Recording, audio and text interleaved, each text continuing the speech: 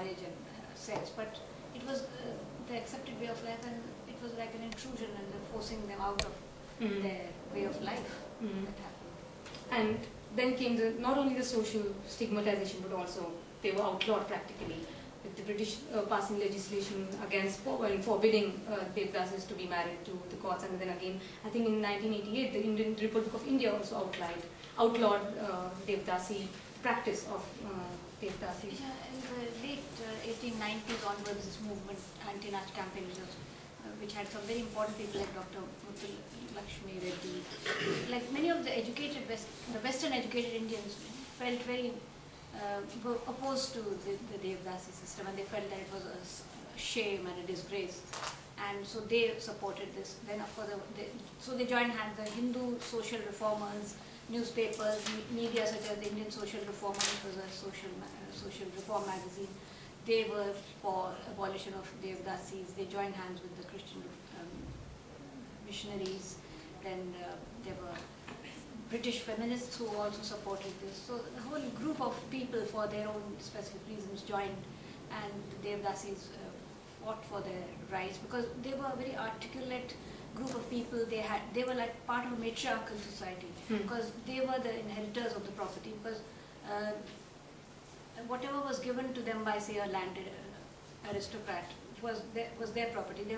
They were protected by the temple, and they were in charge of their property. They were in charge of their children, because even if they had liaisons outside the temple, the children were not given the name of their fathers. They lived with their mother. So they were like matriarchs, and their mothers and grandmothers were very powerful people. And it seems they were very litigious also. They used to go to court very often to fight for their rights, for their property. So it was this kind of, they were like an aberration, and they were one of the most, they were some of the women in Indian society who got formal education. So they were very well educated also. Apart from being trained in classical dancing and singing.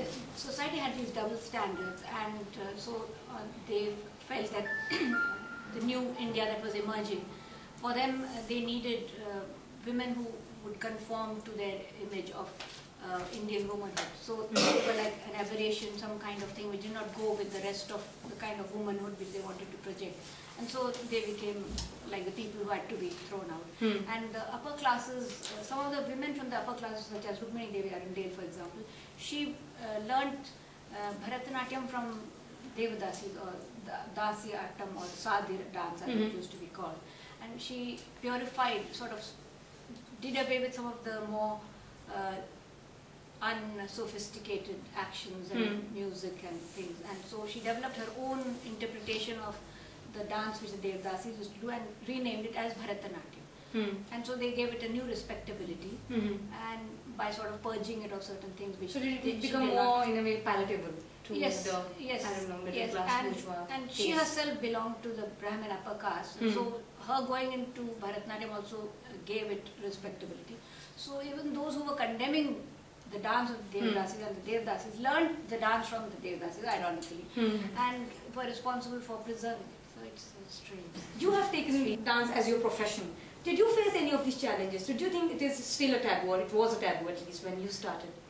I always used to dream in India about being a dancer, and when I went to college, I never learned dance in India.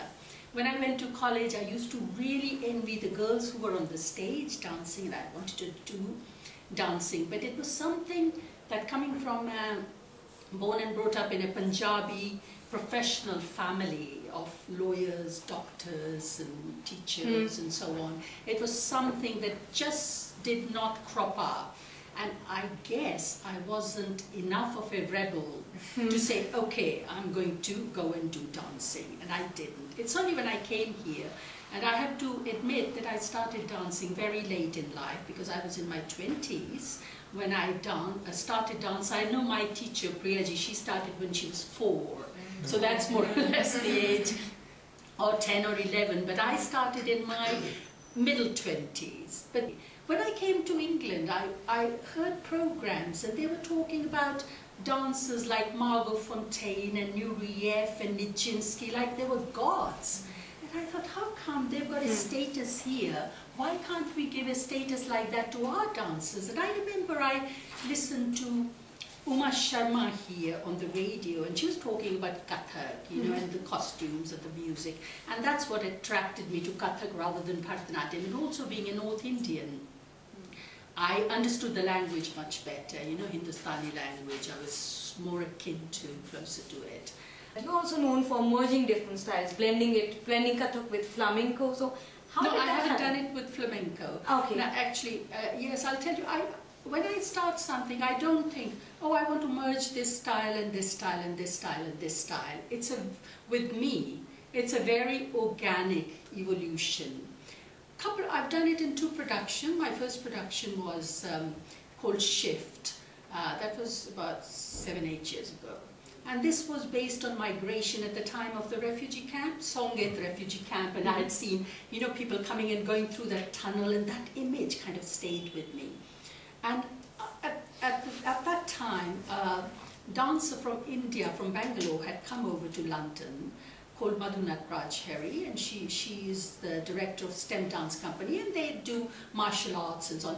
I had organized a workshop by her for my company, and she did certain things, and I was very taken by the beauty of some of the movements which weren't Kathak, and I thought, God, what innovative movements she's teaching them, and I was very taken by that. And then eventually I thought, okay, for this project, Shift, because I'm talking about migration and the refugees and this and that, and the borders, and there are certain movements which would be much more powerful, certain concepts would be expressed much more powerfully by certain movements. And the martial art movements with all the kicks, and so all my dancers were learning kind of kicks in the air and so on and so forth, and they were having a great time.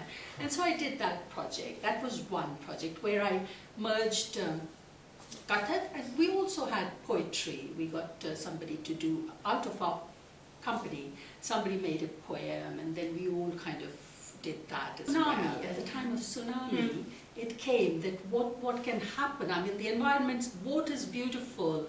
It's got life-giving qualities. It's playful. You have sports, but also the wrath of water when environment is not. Yes, so both sides I wanted to show, and that's when I thought, okay, contemporary dance, certain things. And we had this huge iceberg melting and so on, whatever. You know, so that sounds fascinating. Yeah, well, I've got a DVD. Maybe one time we can have a look at it. You know, perhaps.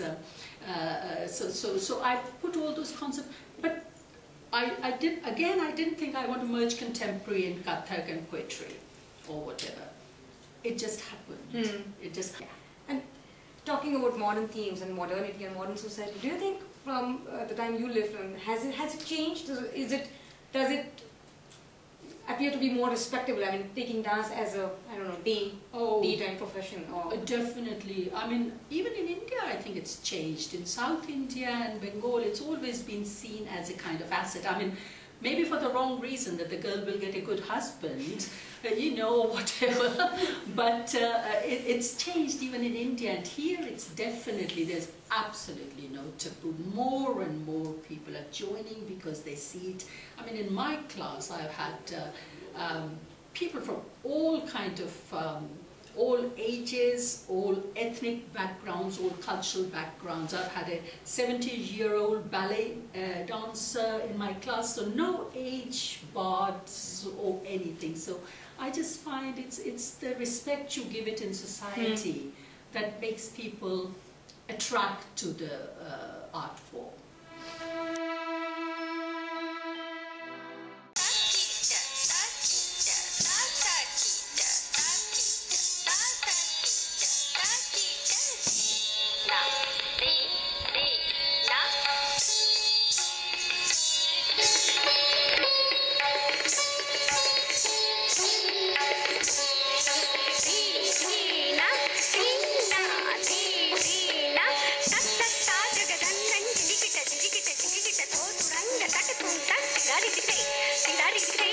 Hey.